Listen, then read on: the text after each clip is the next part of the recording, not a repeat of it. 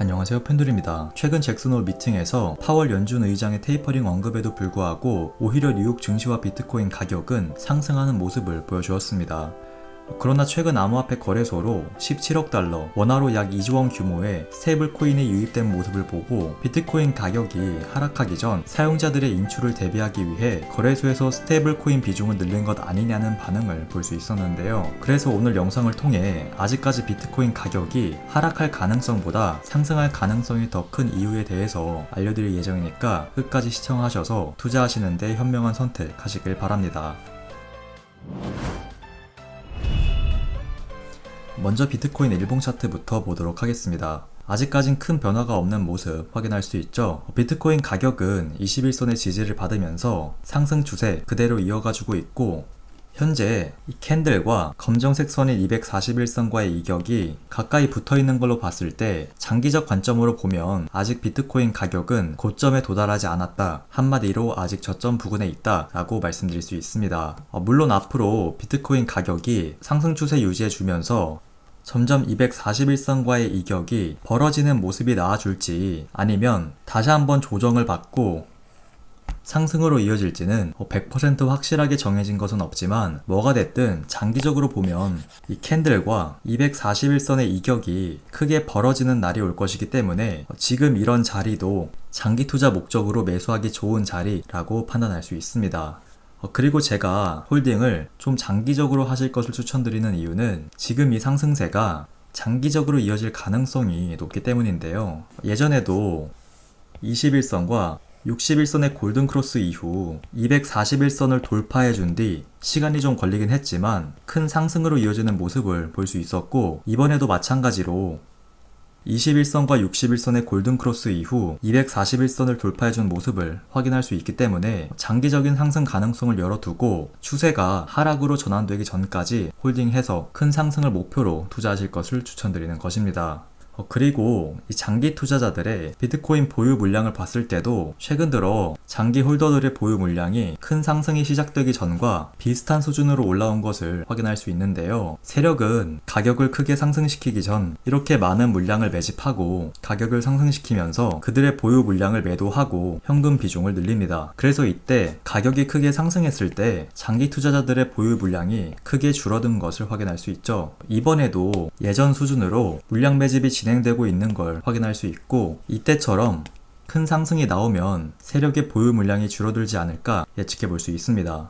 그래서 지금 이 캔들과 241선과의 이격이 좁다는 점과 세력의 물량 매집이 진행 중이라는 점으로 봤을 때 추가 상승 가능성이 높다고 말씀드릴 수 있는 것이고요.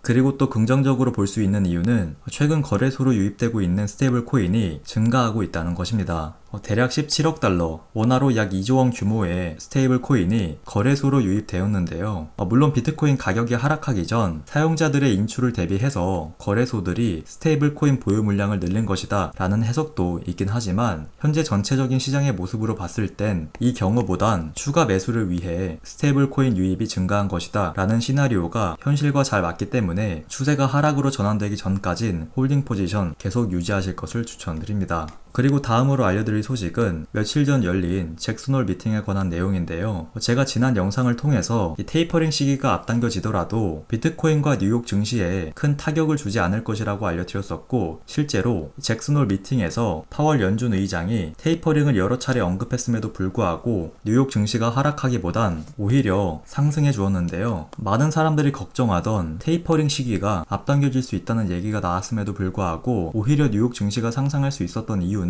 연준 의장의 발언을 자세히 보면 알 수 있습니다. 우선 제롬 파월의 잭슨홀 미팅 연설이 겉으로는 테이퍼링을 올해 안으로 실행할 것임을 시사하고 있긴 했지만 자세히 보면 확정은 아니고 더 늦출 가능성에 대해서도 언급했다는 점이 뉴욕 증시를 상승으로 이끈 요인이라고 볼 수 있는데요. 월가 전문가들은 이 테이퍼링 시기가 늦춰지더라도 올해 안으로는 무조건 실행되지 않을까라고 예측하고 있었지만, 연준 의장은 월가 전문가들의 예측과는 다르게 오히려 테이퍼링 시기를 더 늦출 수 있다고 언급하는 뜻밖의 선물 같은 발언을 하면서 뉴욕 증시가 다시 한번 사상 최고치를 찍을 수 있었던 것입니다. 제롬 파월 연준 의장이 테이퍼링 연기 가능성에 대해서 언급한 이유는 경제 지표와 변이 바이러스의 확산세를 좀 더 지켜볼 필요가 있다고 판단했기 때문인데요. 제가 지난 영상에서도 알려드렸지만 지금 실물 경제가 완벽하게 회복되지도 않은 상황에서 이 테이퍼링이나 금리 인상을 통해 증시 하락을 유도한다면 이런 증시가 문제가 아니라 미국 경제가 휘청일 수 있기 때문에 지금 상황에서 금리 인상은 물론이고 테이퍼링을 시작하는 것도 어려움이 있을 것이라고 말씀드렸습니다. 그리고 지금 한국을 포함해서 신흥국들 위주로 기준금리 인상을 진행하고 있죠. 이렇게 신흥국들은 기준금리를 인상시키면서 증시가 하락하고 있는 와중에 미국이 테이퍼링이나 금리 인상 시기를 늦출 경우 결국 신흥국에 있던 자금들의 유동성은 강세를 보이는 미국이나 유럽 증시 쪽으로 유입되는 아주 유리한 상황이 만들어질 수 있기 때문에 이 기회를 놓치지 않기 위해서라도 미국은 뉴욕 증시가 더 오를 수 있도록 테이퍼링 연기, 제로금리 유지라는 카드를 쓸 수밖에 없는 것입니다. 한마디로 이런 신흥국들의 경제는 신경 쓰지 않고 일단 본인부터 살고 보자는 뜻이죠. 그리고 이번 잭슨홀 미팅에서 연준 의장이 테이퍼링에 착수하더라도 이것을 기준금리 인상의 신호로 해석하면 안 된다. 금리 인상까지는 갈 길이 멀다. 라고 강조하면서 투자자들을 달래는 듯한 모습을 보여주었는데요. 한마디로 아직 팔 때가 아니라는 것이죠. 이렇게 우리는 잭슨홀 미팅을 통해 뉴욕 증시나 비트코인이 아직 상승 랠리를 이어갈 수 있겠다는 힌트를 얻을 수 있었기 때문에 특별한 악재가 없는 이상 홀딩 포지션 유지해서 추가 상승을 노려보면 되겠다. 라고 말씀드릴 수 있고, 추가적인 테이퍼링이나 금리 인상에 관해선 다가오는 9월 FOMC 회의를 통해 알 수 있다는 점에서 다음으로 우리가 관심을 가져봐야 될 건 9월에 열리는 FOMC 회의다 라고 말씀드릴 수 있습니다. 여기까지 잭슨홀 미팅에 대한 내용을 알아보았고요.